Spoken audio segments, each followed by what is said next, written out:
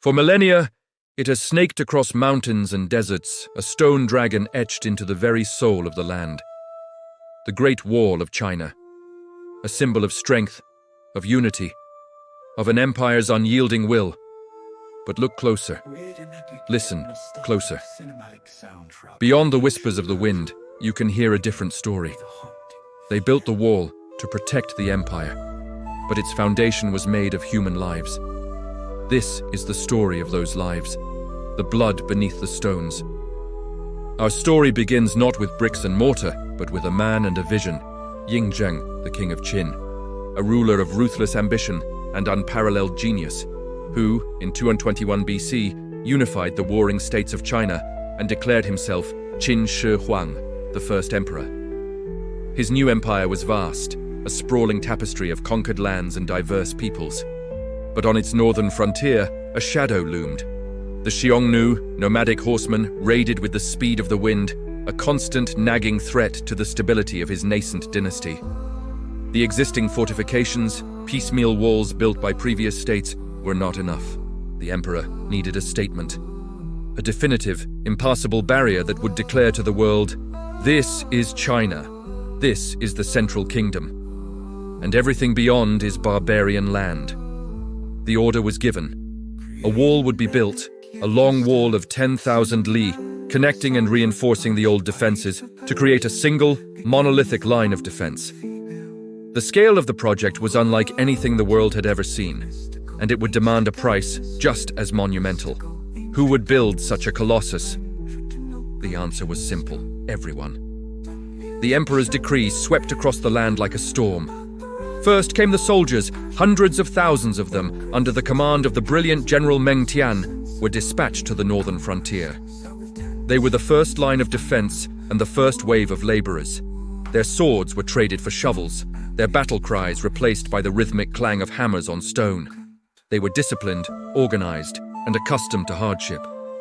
But even they were not prepared for the brutal reality of the task ahead. The northern frontier was an unforgiving land. In the summer, the sun beat down mercilessly, turning the vast plains into a furnace. In the winter, Siberian winds howled across the steppes, biting through layers of clothing and freezing the very marrow in their bones.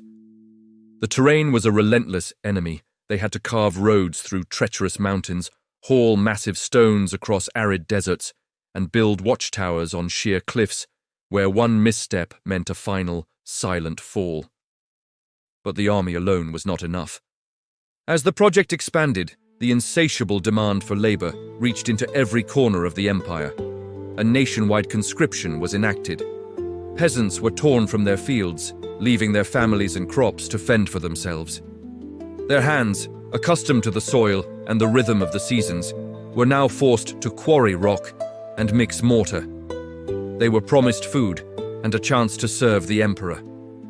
What they found was a life of grueling toil, meager rations, and constant danger. And then came the convicts and the disgraced scholars.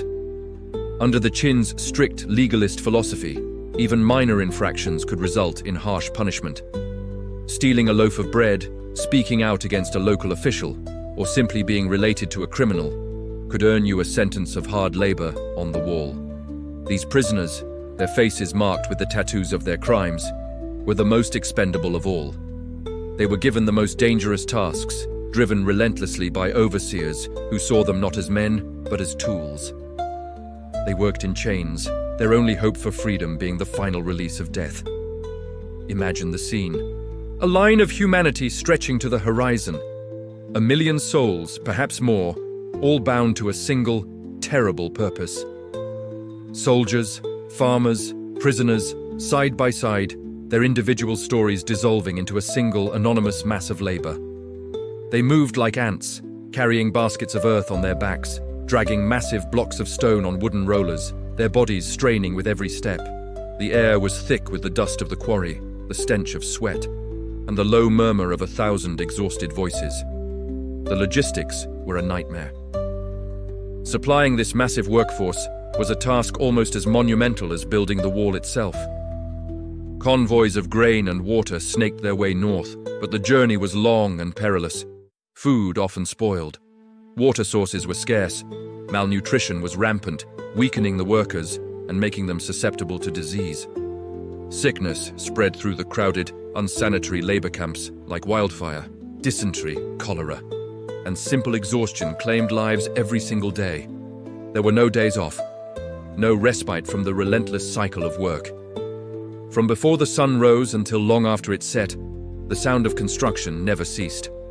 The overseers, armed with whips and sharp tongues, pushed the laborers to their absolute limits. Fear was the primary motivator.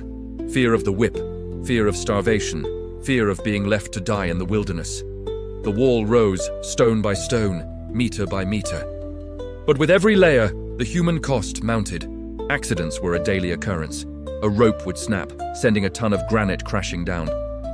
A poorly constructed scaffold would collapse. A worker, dizzy from hunger or heat, would lose his footing on a high precipice. There were no safety measures, no medical care to speak of. A broken leg or a serious injury was a death sentence. The fallen were simply dragged aside, their bodies often buried right there, in the foundations of the very wall they were building. This grim reality gave birth to a haunting nickname for the project, the longest cemetery on Earth. It was said that for every stone laid, a life was lost. And what of their families? Back in the villages, wives, parents, and children waited for news that would never come. A son conscripted was a son lost. A husband sent to the wall was a husband presumed dead. A folk song from the era captures the despair. If you have a son, don't raise him. If you have a daughter, raise her, feed her with meat. Don't you see, the long wall is built with the bones of men? The wall wasn't just a physical barrier on the frontier, it was a wound that cut through the heart of every family it touched. It created a generation of widows and orphans, a silent testament to the emperor's ambition. Qin's strength was forged by order, but fear was the mortar that held it together. The wall was the ultimate expression of that order, a rigid, unyielding line drawn upon the earth. But it was also a monument to that fear. The fear of invasion from without, and the fear of the emperor's power from within. The workers feared the overseers feared the generals, and the generals feared the emperor. It was a pyramid of terror, and at its base were the millions of nameless laborers, crushed under its weight. Yet, amidst this landscape of suffering, there were flickers of humanity. Men from different provinces, speaking different dialects, found a common language in their shared misery. They would share a scrap of food, offer a word of encouragement, or help a fallen comrade. In the brief moments of rest, they might sing songs of their distant homes, their voices carrying a mournful echo across the desolate plains. These small acts of kindness were a quiet rebellion against the dehumanizing machinery of the state. They were a reminder that even when treated as disposable, the human spirit endures. The first emperor never lived to see his grand project completed. His dynasty, forged in fire and fear, collapsed just a few years after his death, consumed by the very resentment it had created. The massive effort had bankrupted the state and sown the seeds of rebellion. The wall, in a way, had devoured its creator, but the wall itself remained. Future dynasties, most notably the Ming, would repair, rebuild, and extend it into the iconic structure we know today. They used new techniques, like bricks and more advanced masonry, but the fundamental story remained the same. It was always a project built on the backs of countless, ordinary people. So when you see a picture of the Great Wall, or perhaps one day stand upon its ramparts, remember this. It is more than a tourist attraction. It is more than a marvel of engineering. It is a scar on the face of the earth. It is a memorial. Buried beneath its stones are the nameless, the silent builders of eternity. The soldiers who fought for it, the peasants who were forced to build it, and the prisoners who died for it. Their voices are gone, lost to the winds of time. But their legacy is written in every stone, in every tower, in every kilometer of this immense, tragic, and breathtaking monument. They are the Great Wall. Thank you for joining us on this journey into the past.